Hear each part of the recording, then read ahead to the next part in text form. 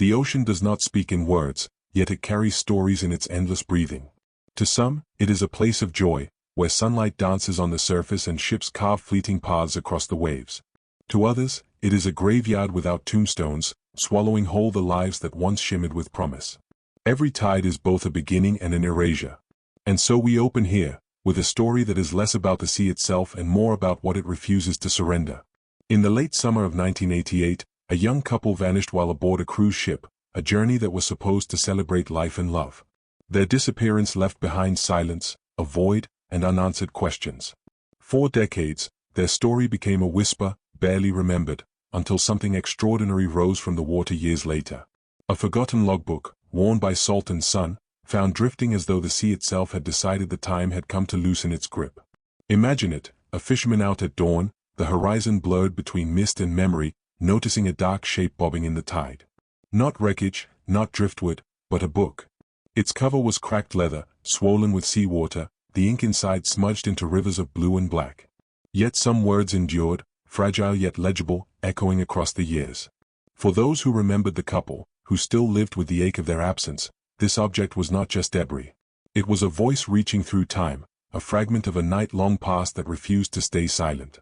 Before that logbook surfaced, all that remained of the couple's last days were scattered testimonies, contradictory reports, and the cruel vastness of an ocean that never explains itself. Families clung to official files filled with sterile language, missing persons notices, search reports, lists of items left behind in a cabin now stripped of meaning. Yet here, suddenly, was something more intimate, pages where human hands had written fears, observations, and perhaps warnings. The discovery reawakened the case, not with answers, but with a chilling kind of presence. It was as though the ocean itself had decided to remind the world that what disappears is never truly gone. There is something uniquely haunting about maritime mysteries. A house leaves evidence when someone vanishes inside it. Doors left ajar, objects misplaced, lights still glowing. But a ship is a liminal world, halfway between freedom and confinement, between celebration and danger. Hundreds of strangers occupy it at once, passing each other in corridors, sharing dance floors, watching the same horizon but carrying entirely different stories. When someone disappears in that space, the line between accident, intention, and illusion blurs until even the witnesses doubt what they saw. The sea only amplifies this uncertainty, turning minutes into oblivion with the relentless motion of its tides. The couple's voyage was supposed to be a memory they could hold onto forever, a chapter marked by adventure and beauty. Instead, it became a story their families were forced to tell in fragments, pieced together from absence rather than presence. They were not celebrities or infamous figures. They were ordinary people whose ordinary joy was interrupted in a way that would make their names echo far longer than they ever expected. And perhaps that is why this story grips us still, because their ordinariness makes their disappearance feel possible for anyone, as if the sea could choose at random whose life it will claim and whose memory it will leave floating in pieces. This is not a tale of gore or spectacle. It is a tale of shadows, silence, and echoes. The logbook does not scream, it whispers. The families do not rage, they wait. And we, as listeners, become witnesses decades later, staring into the same unknowable horizon and feeling the same tug of curiosity and dread. What happened on that ship in 1988? What secrets were scribbled into those pages before saltwater washed them away? Did the couple sense the danger before it came for them, or did they simply slip out of existence in an instant that no one noticed until it was too late? The ocean remembers, even when we do not. It keeps its secrets until, for reasons we cannot comprehend, it decides to release fragments back into our hands. And so we begin here, on the threshold of a mystery that refuses closure. A vanished couple, a drifting logbook, and a silence that feels heavier than waves themselves. Their story is not just about what was lost, but about how loss lingers, reshaping everyone it touches. This is the beginning of their disappearance, but not the end of their presence. The sea returned their voices once, soft, fragmented, incomplete, and it is through those echoes that we step into their world. The couple whose names would one day be whispered in news reports and investigative forums did not begin their story in tragedy. They began, like so many others, with chance meetings, ordinary moments, and the kind of tenderness that never announces its future significance. To understand what was lost on that cruise in 1988, one must first understand who they were when the world still held them. Before the headlines, before the speculation, they were simply two young people who found in each other a mirror, a companion, and a promise of the life they wanted to build together. He was in his late 20s, quiet but attentive, the kind of man who listened more than he spoke. Friends described him as steady, someone who carried responsibility with a seriousness beyond his years. He worked in a modest profession, nothing glamorous, but he was proud of it. His paycheck might not have turned heads, but it kept him independent, and it allowed him to dream of something more than routine. She was younger, vibrant, the kind of presence that filled rooms without trying. She worked in a job that let her meet people every day, a role where her warmth and energy could flourish. Together, they seemed like opposites that drew toward one another. He, the anchor, she, the light. Their first meeting was unremarkable in the way most beginnings are. A gathering with mutual acquaintances, a chance conversation that stretched longer than expected. She laughed at something he said, surprised by his dry wit, and he found himself noticing how easily she shifted from playful to thoughtful. Neither could have predicted that months later, they would be inseparable. In letters they exchanged early in their courtship, there was no foreshadowing of doom, only ordinary tenderness, notes about missed phone calls, about favorite songs, about the longing of two people trying to sync their lives. By 1988, they had been together long enough to speak in the shorthand of intimacy. They finished each other's sentences, argued about trivial things, and carried inside jokes that baffled outsiders. Family members recall how they would walk into a room and seem tuned to one another in a frequency no one else could hear. Their relationship was not without flaws. They were young, sometimes impulsive, sometimes uncertain about the future, but their affection carried them forward. It was this affection, and a hunger for new experiences, that led them to book the cruise. Travel had always been her dream. She kept brochures in drawers, marked destinations with pen circles, imagined herself on distant shores. He, more pragmatic, hesitated at first. Vacations cost money, and money was something he weighed carefully. Yet, he relented, not reluctantly but lovingly. He wanted to see her face lit by the kind of wonder only travel could bring.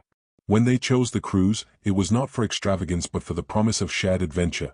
Days spent gazing at endless horizons, nights spent under stars that felt closer than they ever had on land. In photographs taken weeks before their departure, they look like any other couple of the time.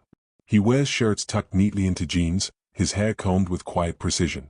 She wears dresses in colors that matched her energy, bold but graceful. Their smiles are wide, unforced, the kind of smiles that make the viewer believe in the simplicity of love.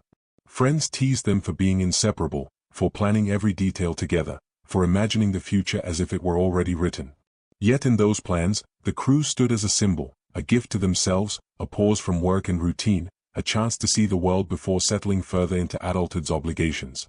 Their families remember the day of departure. Hugs exchanged at the port, promises to call when they returned, waves that lingered until the ship disappeared from sight. It was an ordinary farewell, laced with excitement. No one thought it would be the last time they would be seen on land. Parents, siblings, and friends all carried the same image in their minds, the couple walking hand in hand toward the boarding ramp, shoulders touching, unaware that every detail of that moment would later be replayed in memory like a final reel of film. The couple's personalities left impressions on everyone they met. He was cautious, deliberate, unwilling to rush decisions. She was intuitive, adventurous, the one who coaxed him into spontaneity.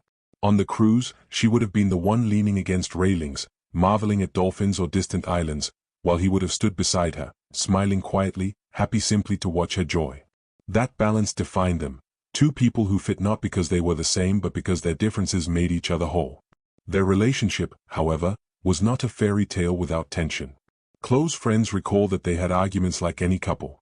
They disagreed over money, over how quickly to pursue certain life milestones, over the balance between caution and risk. Yet these disagreements never seemed fatal. If anything, they made their bond more human. They fought, they reconciled, they laughed again. If there was a shadow in their lives, it was ordinary, the kind that touches every love story, not the ominous kind that would lead to disappearance. The cruise offered a chance for renewal. For her, it was a dream fulfilled. For him, it was a leap of faith into her world of exploration. They packed modestly, bringing books, casual clothes, a camera. She packed a journal. She often wrote her thoughts down, small reflections that helped her process the world. He packed a deck of cards, imagining evenings of quiet games. They both carried expectations of joy, never suspecting how short those expectations would be cut. What lingers most from those who knew them is the ordinariness of their love. They were not reckless thrill seekers. They were not entangled in scandal or danger. They were simply young adults navigating the same uncertainties and hopes that most people their age face. Perhaps that is why their disappearance felt so cruel, because it violated not just their lives but the illusion of safety in the mundane. If a couple like them could vanish without a trace, then what protections did anyone else truly have? Before stepping onto the cruise ship, they posed for one final photograph taken by a family member. She is leaning slightly into him, her smile bright, his expression softer but steady. The background is unremarkable, cars in a parking lot, the ship rising in the distance. Yet with hindsight, the photo takes on the weight of prophecy. It is the last known image of them alive on land, the final proof of their existence before the ocean claimed the rest of their story. This is how we must remember them at the beginning, not as names in a mystery, not as case files, not as speculation, but as two people in love, flawed and hopeful, boarding a ship with dreams as ordinary and extraordinary as any of ours. They carried with them laughter, arguments, plans, and affection. They carried a future that should have been theirs. And that is what makes their absence echo louder, because before they became a mystery, they were simply human, and humanity is what the ocean took from them first. The ship they boarded in 1988 was more than a vessel. It was a city balanced on water, a floating celebration of luxury and leisure, an escape from the ordinary routines of landlocked life. For many who booked passage, it promised laughter, glittering evenings, and the seductive rhythm of a horizon that never stayed still. To step aboard was to step out of time itself, to trade the steady familiarity of neighborhoods and commutes for a temporary dream where every detail, music, food, scenery, was designed to delight. Yet beneath the sparkle of champagne glasses and neon-lit lounges, there was something else, the quiet reminder that a ship at sea is also a world sealed off, a stage where joy and danger coexist. In the late 1980s, cruises had become a symbol of aspiration. They weren't reserved only for the wealthy elite, though they carried the flavor of glamour. Middle-class couples saved for years to afford the experience, enticed by brochures promising sunlit decks, bustling casinos, midnight buffet, and a chance to dance under the stars. The ship in this story fit that dream perfectly. Towering above the docks, it gleamed in the sunlight, its windows reflecting sky and sea as if it already belonged to both. Families with children, retirees seeking one last adventure, honeymooners basking in their new unions, all of them streamed aboard with luggage and expectations. Inside, the atmosphere was intoxicating. Carpets in bold patterns stretched across endless hallways. Chandeliers swayed almost imperceptibly with the movement of the water. Music drifted from every corner, sometimes live jazz, sometimes recorded pop hits that echoed the optimism of the decade. Crew members moved briskly in uniforms, offering smiles as practiced as they were warm. Bars clinked with ice, card tables filled with players hoping their luck at sea would be different from their luck on land. On deck, sunbathers lined in neat rows under striped towels, the scent of coconut sunscreen mingling with the salt air. For passengers, the ship created a seductive illusion, that they were in control, that this floating paradise was a safe bubble where nothing from the outside world could intrude. Yet any seasoned traveler would admit the truth, cruise ships are also mazes. Corridors look the same, doors blur together, stairwells twist in disorienting repetition. It's easy to feel lost, to wander into spaces you didn't mean to find. This duality made the ship both wonderland and labyrinth, a place where joy could turn to unease with just one wrong turn. For the couple, the first hours on board were likely filled with awe. She would have marveled at the grandeur, the rows of shops and lounges. He would have been quieter, perhaps overwhelmed by the sheer size, but pleased to see her happiness. Together, they would have joined the crowd at the welcome party, sipping complimentary drinks while a cruise director promised adventure and delight. They would have stood shoulder to shoulder with strangers from dozens of places, united for a brief span of days by the same vessel, the same itinerary, the same horizon. The culture of cruise ships thrived on anonymity. You could reinvent yourself at sea. No one knew your background, your habits, your past. A passenger could spend one evening laughing with strangers at a bar, the next morning vanish into the crowd without explanation. For most, this anonymity meant freedom, a chance to be lighter, more carefree, less burdened. For some, it could also mean secrecy, the ability to disappear into the throng unnoticed. On land, absence draws attention. At sea, it can go unseen for hours, even days. Nightfall on the ship was its own transformation. By day, it was cheerful, sun reflecting off the pool, families ordering ice cream, children darting down hallways. By night, it became something more sensual, more mysterious. Lights glittered against the black water, music deepened, and laughter spilled from lounges where drinks flowed endlessly. The couple would have walked these spaces hand in hand, caught between wonder and exhaustion, listening to the hum of the engines below them and the waves just beyond the railings. Around them, strangers danced, flirted, argued, and laughed. Every life intersected briefly, never fully known. What made the cruise environment so potent for a story like this is not simply its glamour but its isolation. Once the ship left port, it was both palace and prison. There were no exits, no streets to wander down, no way to vanish without being noticed, unless the sea itself swallowed you. Yet ironically, the closeness of so many strangers made it easier to hide. A missing hour, a shadow in a corridor, a glance mistaken or forgotten. These details could dissolve in the shuffle of hundreds of people, each focused on their own experience. For the couple, the ship was supposed to be a canvas of joy. They carried with them plans of excursions on tropical islands, evenings of dancing, quiet mornings on balconies watching the sea unroll like endless silk. But this same stage that promised intimacy would also serve as the backdrop for their disappearance. The same corridors that welcomed their footsteps would one day echo with rumors of their absence. The same sea that sparkled for them during daylight would, within days, be suspected of concealing their fate. The cruise ship in 1988 was not just a setting, it was a character. It contained beauty and danger, celebration and silence. It offered dreams to those who boarded, but it also demanded trust. Trust in strangers, trust in the sea, trust in the invisible machinery that kept everyone afloat. For most, that trust was rewarded with memories of sunrises, laughter, photographs. For this couple, the trust was betrayed in a way no one could anticipate. What began as a holiday became a threshold into mystery, and the ship that had carried so many smiles became the last place they were seen alive. They were last seen alive in moments so ordinary they might have gone unnoticed by nearly everyone around them. That is the cruel strangeness of disappearances, how they can slip quietly into the background of a crowd, how the final traces of someone's life can be reduced to fragments of memory in strangers' minds. On the cruise in 1988, the couple blended easily into the sea of passengers. They danced in the lounge one evening, they were spotted at dinner the next, and then, without warning, they were gone. The ship, with all its glitter and noise, simply folded their absence into its nightly routine. Witness accounts from fellow passengers would later offer conflicting recollections. A woman sitting near the bar swore she saw the couple laughing late into the night, their heads bent close, whispering secrets. Another claimed the pair had argued quietly near the deck railing, their faces tense in the glow of moonlight.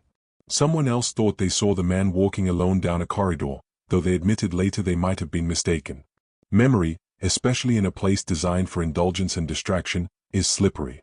And when authorities later tried to piece together the timeline, they found themselves tangled in contradictions. What we do know is that there was no alarm raised when the couple first went missing. In the contained world of a ship, passengers come and go from public spaces without explanation. Someone might spend a night in their cabin, ill from the rocking waves. Someone might linger with new acquaintances, playing cards or drinking into the early hours. Absence was not unusual, it was expected. And so when the couple failed to appear at breakfast, no one noticed. When they did not take their usual seats for lunch, their absence blended into the crowd of hundreds. Only after more than a day did the silence surrounding them begin to feel suspicious. The eerie thing about their disappearance is how invisible it seemed to be. A ship is crowded yet isolating, busy yet strangely anonymous. People brushed past each other in hallways, shared elevators and laughter, without ever truly knowing who anyone was.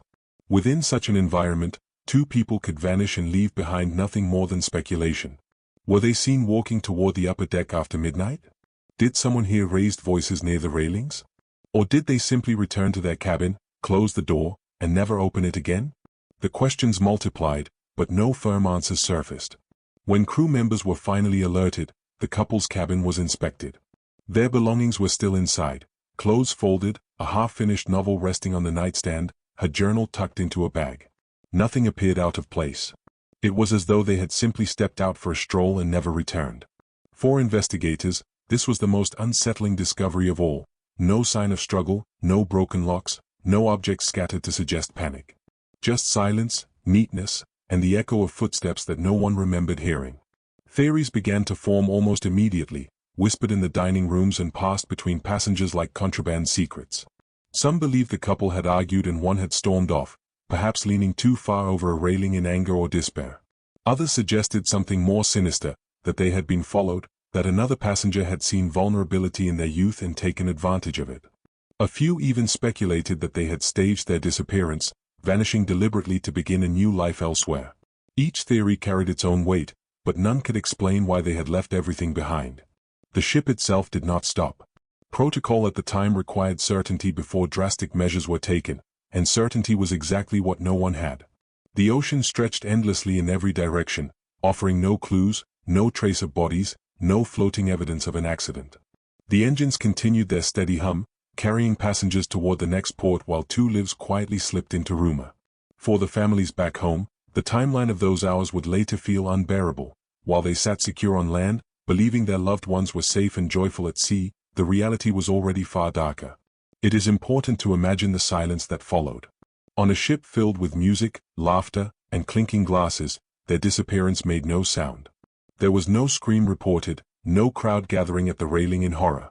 Whatever happened occurred quietly, invisibly, as though the ocean itself had swallowed the couple without so much as a ripple.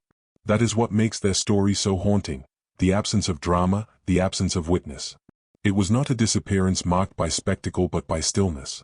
By the time their absence was officially noted, it was too late. Hours had passed, perhaps days. The ship had traveled hundreds of miles, leaving any potential evidence far behind in the churning wake. Passengers returned to their routines, their evenings of cocktails and dancing, even as the crew discreetly searched cabins and corridors. To some, the couple's disappearance became a curious rumor, a conversation starter whispered over dinner. To others, it was unsettling proof that paradise could turn to nightmare without warning. Looking back, what remains most chilling is the ordinariness of their final hours. They were not seen fleeing, not seen terrified, not seen desperate. They were seen laughing. They were seen together. They were seen alive one moment and then not seen at all. That simple vanishing, without struggle or spectacle, left behind a void far more frightening than violence ever could. The couple did not just disappear from the ship, they disappeared from memory, their last moments lost to the fog of inconsistent witness accounts and the relentless erasure of the sea. And so the ship sailed on, as ships always do, carrying with it both joy and sorrow. For most passengers, the voyage ended as expected: photographs, souvenirs, memories of sunsets. For one couple, it ended in silence, absence, and mystery. And for the families waiting on shore, it marked the beginning of decades of questions that would never find simple answers. When the couple's absence could no longer be ignored, the ship's crew moved from quiet whispers to official concern. A missing persons announcement was discreetly circulated among staff. Passengers, however, were not immediately told. Cruise lines in the 1980s were cautious about alarming guests. By the time the situation reached authorities on shore, the hours of uncertainty had stretched into more than a day. At sea, that kind of delay is not a small matter. It is the difference between hope and impossibility. The first step was a ship-wide search. Crew members knocked on cabin doors, checked stairwells, storage areas, even laundry rooms where a confused guest might have wandered. Public spaces were combed: the casino, the lounges, the pool decks. But the ship was a maze, and when 2 passengers are missing, every empty hallway seems suspect. Still, no trace of the couple surfaced. Their belongings remained neatly arranged in their cabin, untouched, as though they had meant to return. Once the ship reported the disappearance, the Coast Guard was notified. Helicopters swept across the expanse of ocean where the vessel had sailed in the preceding hours. Small patrol boats scoured the waves, their crews staring into endless water for signs of debris, clothing, or bodies. But the sea was vast and uncooperative. Currents shifted constantly, dragging anything adrift into new directions by the hour. The longer the search lasted, the larger the circle of possibility grew. It was like chasing shadows on a canvas that stretched to the horizon. Back on land, the families received the first phone calls no parent or sibling ever wants. The words were clinical, delivered with a tone of practiced sympathy: "Your loved ones are missing." Mothers and fathers sat frozen with the receivers pressed to their ears, waiting for the part where officials would say it was a mistake. Instead, they were told that a search was underway, but results could not be promised. Relatives gathered in living rooms, staring at each other in disbelief, replaying their last farewells again and again. How could 2 people vanish from a ship that carried hundreds of eyes, hundreds of witnesses? News traveled unevenly. Local stations picked up the story, offering brief reports between other headlines. Some papers ran small articles, the kind that readers skimmed and forgot. For the families, this indifference was unbearable. To them, the couple's disappearance was not just a news item but the collapse of their entire world. They called officials daily, pressed for updates, demanded broader searches. Each time, they were met with the same responses: "We are doing everything we can." Yet what comfort is that when the ocean keeps offering only silence? The search itself was both immense and inadequate. Immense because dozens of personnel, aircraft, and vessels were deployed. Inadequate because the ocean dwarfed them all. One Coast Guard officer later admitted privately that the odds were slim from the beginning. A fall from a cruise ship, especially unnoticed for hours, is rarely survivable. Hypothermia, exhaustion, and waves taller than buildings would overwhelm even the strongest swimmer. And yet, telling this truth to grieving families felt cruel. So the searches continued for days, then quietly dwindled when nothing was found. Families flew to meet the ship when it finally docked. They walked the same corridors their children had walked, stood in the same cabin, touched the same belongings left behind. The cabin felt frozen in time, clothes folded, toiletries lined up neatly, a pair of shoes tucked under the bed. Parents sat on the edge of the bed and wept, overwhelmed by the ordinariness of the space where absence had become unbearable.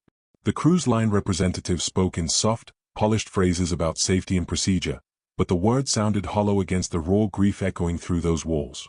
In the months that followed, official investigations produced reports filled with cautious language. Presumed lost at sea. Circumstances unclear. No evidence of foul play identified at this time. The phrasing was sterile, designed for archives, but each line carried a violence of its own. To the families, these documents were not just reports, they were verdicts of hopelessness, sealed with stamps and signatures. What they wanted was truth, clarity, a narrative they could grasp. What they received was paperwork. The contrast was unbearable. The families were drowning in silence and grief, while the bureaucracy of maritime law moved at its usual, deliberate pace. Jurisdictions blurred, international waters, foreign ports, corporate policies. Each agency passed responsibility to another, and in that shuffle, the couple's story slipped further into obscurity. For the parents, siblings, and friends left behind, life became a waiting room with no door. They scanned newspapers, hoping for updates that never came. They called investigators, only to be told there was nothing new. They clung to hope some days and surrendered to despair on others.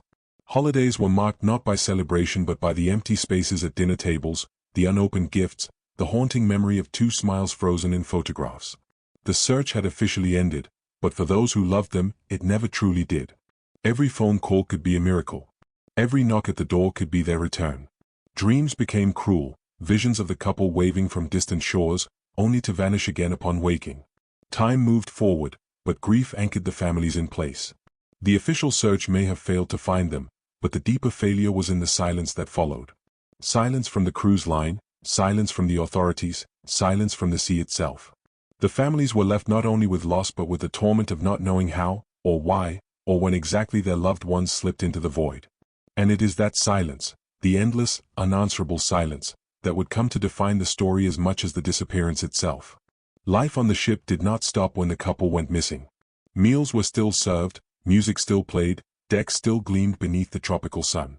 But behind the polished surfaces, behind the carefully rehearsed reassurances of the crew, a current of unease began to move through the passenger cabins. People whispered in hallways, leaned closer over dining tables, exchanged fragments of rumor as though passing contraband.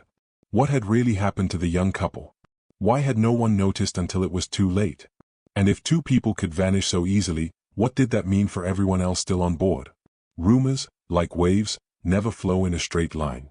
One story claimed the couple had been seen arguing in hushed but heated tones on the upper deck. Another insisted they had been dancing joyfully only hours before, completely at ease, suggesting anything dark or violent was unthinkable. Someone swore the man had been spotted alone in a corridor, pale and distracted, while another passenger believed she saw the woman sitting quietly on the promenade, staring into the sea with an unreadable expression. Each account contradicted the last, yet each was retold with conviction, as though certainty could make it true. The human mind resists the unknown. When confronted with absence, it fills the void with narrative. And on a cruise ship, confined and isolated, stories spread faster than truth. Couples whispered to one another behind closed doors. Groups of travelers huddled near stairwells, lowering their voices when crew members passed. Even laughter at the bar was touched with unease, as though everyone was aware of the shadow that had fallen over the voyage. The ship's corridors, already labyrinthine, seemed to hold new menace. Every echo of footsteps could be misinterpreted, every closed door a potential secret. Passengers debated the possibilities late into the night. Some believed the couple must have fallen, an accident, tragic but ordinary. Perhaps they leaned too far over the railing, or slipped after a drink too many. Others rejected this idea fiercely, pointing out that two people rarely fall together by chance. To them, foul play seemed more likely. Had another passenger followed them, waited for a moment when the decks were quiet, and forced them into the water? Or had one turned on the other in a moment of rage? Still others entertained wilder theories, that the couple had staged their own disappearance, vanishing to begin a new life elsewhere, using the anonymity of the ship as cover. The crew, trained to remain calm, discouraged open speculation. Announcements focused on safety, entertainment, and upcoming ports of call. But silence only deepened suspicion. Some passengers claimed to have overheard hushed conversations between officers. Others insisted they saw crew members carrying out midnight searches far away from the public spaces, their flashlights cutting through darkness in corners of the ship most guests never visited. Even small gestures, an officer's lowered eyes, a steward's abrupt answer, were read as signs of hidden knowledge. In this atmosphere, the couple themselves became almost ghostly presences. People swore they remembered hearing their laughter echoing down a hallway, only to realize later it must have been before they vanished. Others replayed moments of fleeting encounters, the brief smile exchanged in a corridor, the sight of them standing arm in arm at a railing. Memory, under strain, grew unreliable. Passengers began to doubt themselves. Did they truly see what they thought they saw, or had imagination filled in the gaps? The couple's absence warped the recollections of those around them until nothing could be trusted. The whispers also carried undertones of guilt. Passengers asked themselves silently, could I have noticed sooner? Should I have said something when I saw them walking away, or when I thought their voices sounded strained? Guilt fed speculation, and speculation fueled more guilt, an endless cycle. What no one could face directly was the truth that haunts every disappearance at sea. Sometimes, people simply vanish, and no one can stop it. To admit that was too frightening, so rumors became a shield against the unbearable randomness of loss. Even as the ship neared its final port, the whispers did not stop. They grew sharper, tinged with frustration. Families traveling with children clutched them more tightly, unwilling to let them roam the decks freely. Couples eyed one another more closely, listening for cracks in voices, searching for hidden tension. A ship that had once promised escape now felt like a floating stage where everyone was a character in an unfolding mystery. When the voyage ended and passengers disembarked, many carried those whispers with them. Some would tell friends back home their version of the story, repeating fragments of what they believed they saw. Others would bury the experience, uncomfortable with how little certainty they had. And for the families of the missing couple, these conflicting rumors became both torment and fuel. Each new story offered a possible clue, a possible explanation. But taken together, they formed a tapestry of contradiction, making truth seem further away than ever. The cabins, the corridors, the lounges, spaces built for pleasure and escape, had transformed into echo chambers of speculation. In that environment, the couple's disappearance ceased to be a simple event and became instead a mirror reflecting the fears of everyone on board. The ship had promised anonymity, but anonymity had also allowed silence to swallow two lives without resistance. And the passengers, left with only fragments, could do nothing but whisper.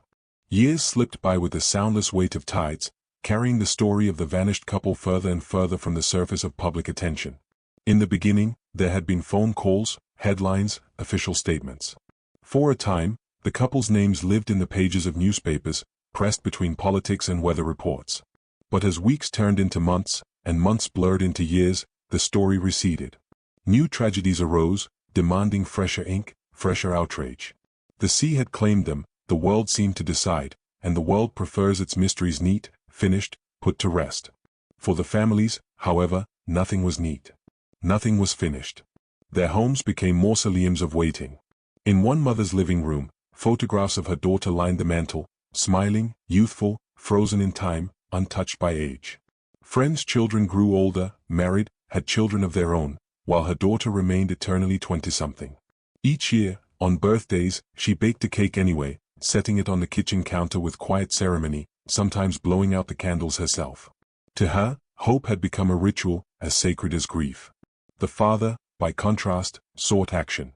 He called officers, wrote letters, demanded new searches, pressed officials who had long since filed the case under closed.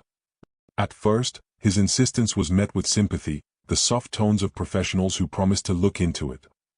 But after a few years, Voices hardened, grew distant. There is nothing more we can do. Some letters went unanswered altogether. Each rejection etched another scar, but he continued anyway, as though persistence itself could bend the silence into speech. Siblings carried the weight differently. Some avoided the subject altogether, building new lives around the hollow space. Others clung to the memory of their lost brother or sister, unable to stop telling stories at family gatherings. Arguments broke out in kitchens over whether it was healthier to move on or to remember. The truth was that both paths hurt. Moving on felt like betrayal. Remembering felt like reopening a wound that never healed. Grief did not divide evenly. It seeped into every corner of family life, staining holidays, dinners, and casual conversations. The world outside, of course, had long since moved forward. Cruise lines expanded, selling images of luxury and escape untouched by ghosts. Travelers boarded ships without any knowledge that, years earlier, 2 passengers had vanished into those same indifferent waters. The story, if it was remembered at all, became little more than a footnote, an oddity tucked inside true crime anthologies, whispered about on the fringes of maritime lore. For most people, it was not even that. It was nothing. Forgotten. But not for the families. For them, silence was a second disappearance, first the couple themselves, then the erasure of their story from public consciousness. The families gathered sometimes in shared grief, staring at photographs, trading fragments of memory like currency. They kept alive the question that refused to die: how could 2 people simply vanish without a trace? They replayed the last phone calls, the last letters, the last hugs at airport terminals. In those details, they sought answers, as though hindsight could unravel the mystery. The silence took its toll. Some relatives aged quickly, their bodies bending under the invisible weight of absence. Anxiety became habitual, sleep rare. Others turned inward, cultivating bitterness at institutions they felt had abandoned them. Faith was tested. Some prayed more, while others prayed less, unable to reconcile a just universe with the cruelty of not knowing. The lack of closure was its own form of violence, one that left no body but still inflicted endless wounds. And yet, amid all this pain, life continued in the small, stubborn ways it always does. Children were born, marriages celebrated, seasons marked. The missing couple's absence was threaded into these new moments, spoken aloud in toasts, or left unspoken in glances exchanged across tables. Their names became touchstones, invoked as blessings or warnings. They were not present, but they were never absent either. Their story became a haunting rhythm, woven into the family's collective heartbeat. Occasionally, an article would resurface, an anniversary piece in a local paper, or a short mention in a book about mysteries at sea. Each time, the families were thrown back into the storm. Phone calls from reporters, strangers offering theories, amateur sleuths sending letters filled with speculation. For a brief moment, hope would flicker. Perhaps someone had found something new, some piece of evidence overlooked. But each time, it ended the same way. The story was told, the ink dried, the world forgot again. Years hardened into decades. The faces of the missing couple, once bright in photographs, began to look like relics of another time. Hairstyles, clothes, the way they smiled, everything marked them as people from a vanished era. And yet, for their families, they were still alive in memory, as real as the moment they had last been seen boarding that ship. Memory defied time, even as the world abated. What lingers most in decades of silence is not the absence of answers, but the relentless presence of questions. Every family member carried their own private version. Did they suffer? Did they fall?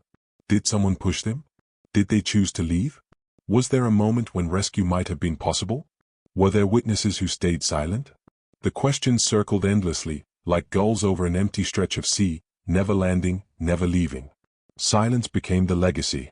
Not just the silence of the sea, which swallows all sound, but the silence of institutions, of society, of time itself.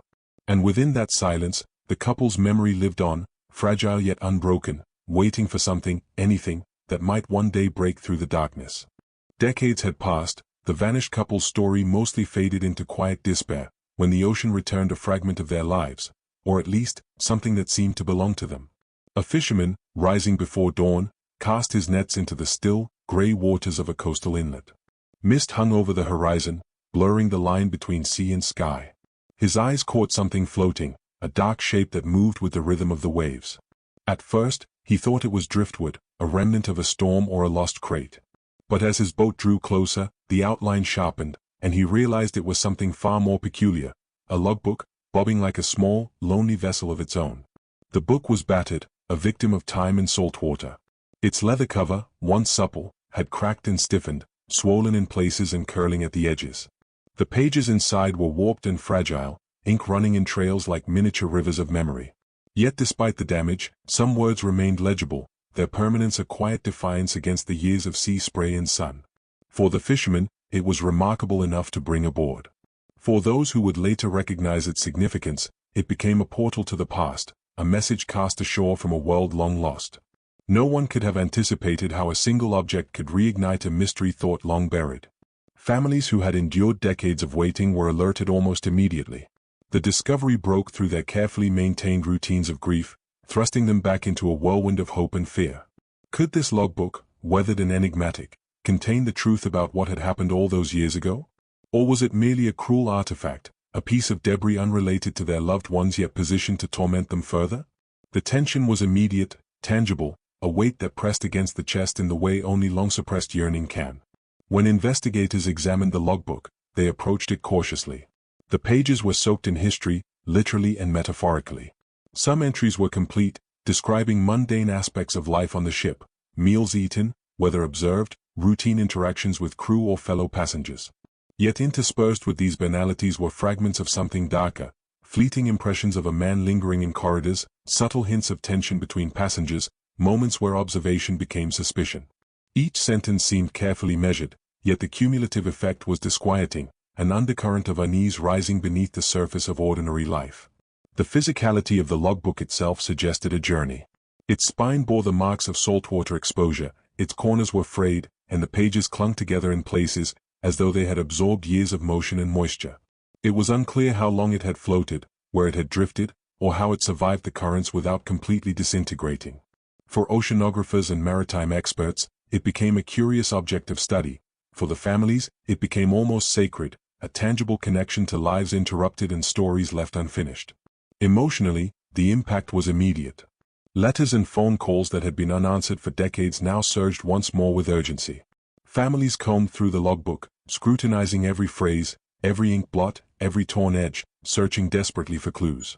Each legible entry was parsed for meaning, each fragment of handwriting treated as evidence of consciousness, presence, life. The emotional stakes were enormous, the possibility of closure, the possibility of confirmation, and the ever-present possibility of disappointment. Every page seemed to whisper both promise and despair. The logbook also posed profound questions. Who had written it? Was it truly the couple's record, or was it someone else on the ship who had observed them? If it was theirs, had they sensed danger, or merely recorded their days in ordinary fashion before fate intervened? And if it was someone else's, what had they witnessed, and why had the book drifted into isolation for so long before surfacing? Each answer seemed tantalizingly close and yet frustratingly beyond reach, like the horizon itself, visible yet unattainable. For historians, true crime enthusiasts, and amateur sleuths, the book became an obsession. Its discovery reopened forums, conversations, and analyses that had lain dormant for decades. People speculated about the couple's final hours, interpreting every fragment of text as potential evidence, every stain as a clue.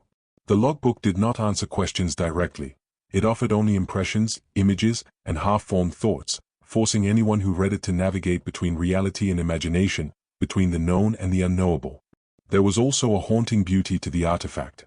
The way the pages, though ravaged by time and salt, still retained traces of handwriting, was almost poetic.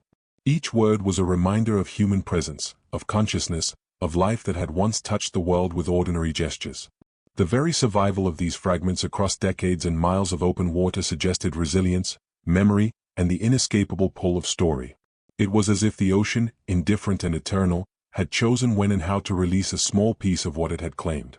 For the families, the logbook became a dual symbol, both hope and agony.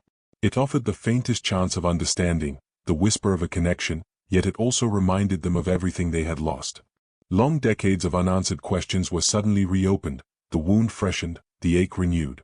And yet, amidst the fear and uncertainty, there was a spark of wonder, that even after so many years, something of the couple had returned, a fragment of their lives floating against the current, defying forgetfulness, offering the world a voice from beyond the horizon.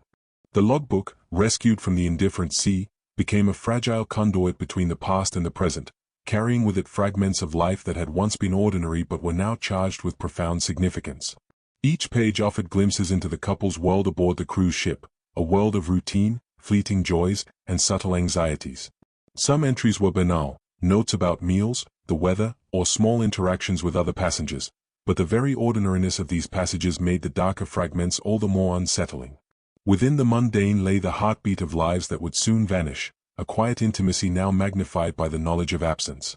One entry described a day at sea in meticulous detail, the sunlight hitting the deck at mid-morning, the laughter of children near the pool, the scent of salt mixed with sunscreen and perfume. The author recorded the time they had breakfast, who they spoke to, which books they read.